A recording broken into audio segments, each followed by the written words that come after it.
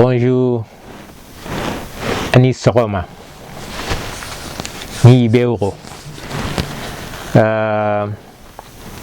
Aujourd'hui, on va parler de l'hypocrisie de l'Occident. Les Houthis de Yémen ont frappé un navire britannique. Le navire voyageait entre Grèce et Singapour. Mais attendez, c'est qu'on vous dit ce qui était à bord du navire. C'est pas moi qui vous dis, hein. Écoutez très bien. C'est, comment on appelle, c'est le média britannique qui nous dit ce que le navire portait. Écoutez très bien. C'est en anglais, mais je vais vous dire ça. Our diplomatic correspondent Paul Adams has more. This is the Marlin Luanda, carrying Russian oil from Greece to Singapore, the latest Houthi target. The Houthis were quick to take credit, their spokesman saying once again that this was being done to support the Palestinians in Gaza and in response to what he described as American-British aggression.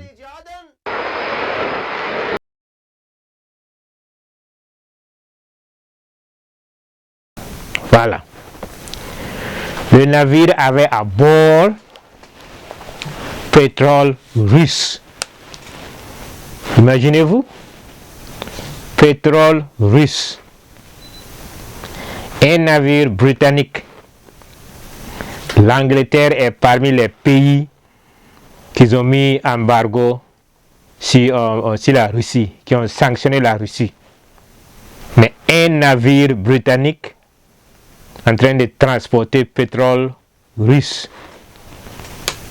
Ça c'est un. Et deux, le navire venait de Grèce. La question qu'on se pose, c'est qu'est-ce que le pétrole russe fait en Grèce? Vous comprenez? Qu'est-ce que le pétrole russe fait en Grèce? Un pays d'Europe. Un pays qui sanctionne la Russie. Qu'est-ce que le pétrole russe fait là-bas? Vous comprenez? Et encore, ils sont en train de transporter ça à Singapour. Mais nous, les Africains, on est facile à manipuler. Les mêmes gens qui nous ont dit qu'ils imposent un embargo sur la Russie et ils ont des sanctions contre la Russie, qui disent aux Africains de choisir les camps, c'est eux-mêmes qui sont en train de faire business de pétrole russe. Business de pétrole russe. Un navire plein de pétrole russe, transporté par une compagnie britannique. Vous comprenez? Compagnie britannique. Ceux qui sont là en train de dire ouais, on doit combattre la Russie, on doit faire des sanctions, on doit ajouter encore des sanctions, on doit ajouter encore des sanctions. C'est eux qui sont en train de transporter le pétrole russe. Mais les Houthis ont frappé. Ils ont frappé ça fort. Ils ont détruit le navire en feu complètement. Et ils disent que c'est une réponse à l'agression britannique et américaine. Mais ce que moi je me demande, on dit à les Africains de choisir leur camp. Les Africains en train de courir partout. Oh, la Russie a envahi l'Ukraine, la Russie a envahi l'Ukraine, la Russie a envahi l'Ukraine. Sanctions à gauche, sanctions à droite. Alors qu'ils passent en bas de la table. Ils sont en train de faire leur business tranquillement avec la Russie. Ils font leur argent. Ils ne peuvent pas vivre sans la Russie. L'Europe ne peut pas vivre sans la Russie. Mais Dieu sait ce qu'il fait. C'est pour cela que Dieu a donné le pétrole à la Russie. Si la Russie n'avait pas de pétrole et puis n'avait pas une bombe nucléaire, c'était fini. Ils avaient détruit ça il y a longtemps. Longtemps. Depuis des années, ils sont en train d'essayer. L'autre est venu là-bas, comme on appelle, Gorbatchev. Lui, je ne sais pas ce qu'on l'a fait. Peut-être ils l'ont donné un cheeseburger là-bas, ou bien un McDo, il a mangé, et puis il a aimé. Il a commencé à casser les RSS. Donner indépendance à gauche, donner indépendance à droite. Venir à la Maison Blanche, s'asseoir, causer avec Reagan. Manger des McDo, des cheeseburgers, des French fries, tout ça là. Ils ont détourné sa tête avec ça. Et lui il part, l'autre vient. Comme on appelle Boris Yeltsin, un soulard. Quelqu'un qui boit. Il boit comme il n'y a pas de demain. Un président qui se saoule. Qu'est-ce que c'est ce bordel? Hein? Jusqu'à ce que les Russes même avaient honte de lui. Mais ils ont fini par faire un deal avec Poutine. Et Poutine l'ont dit, soit tu pars ou soit on t'enlève.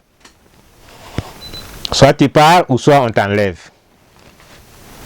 Il est parti, il a cédé la place à Poutine. Et maintenant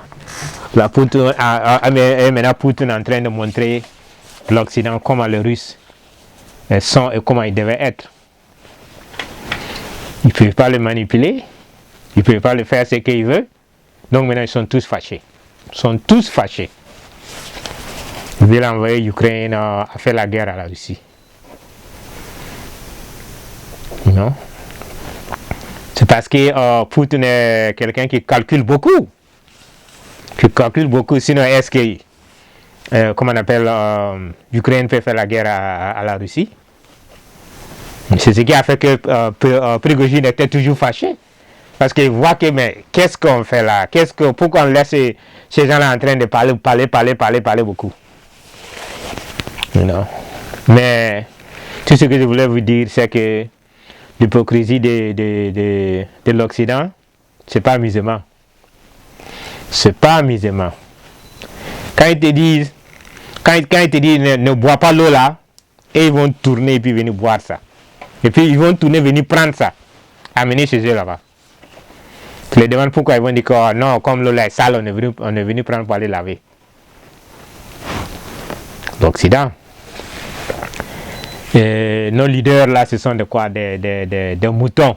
Comme ce que Chris Chapi dit, ce sont des moutons. You know? On les écrit, l'Occident les écrit des chansons et puis ils chantent. You know? Ou bien l'Occident tape les tam-tams et ils dansent. Mais il ne réfléchit pas. You know?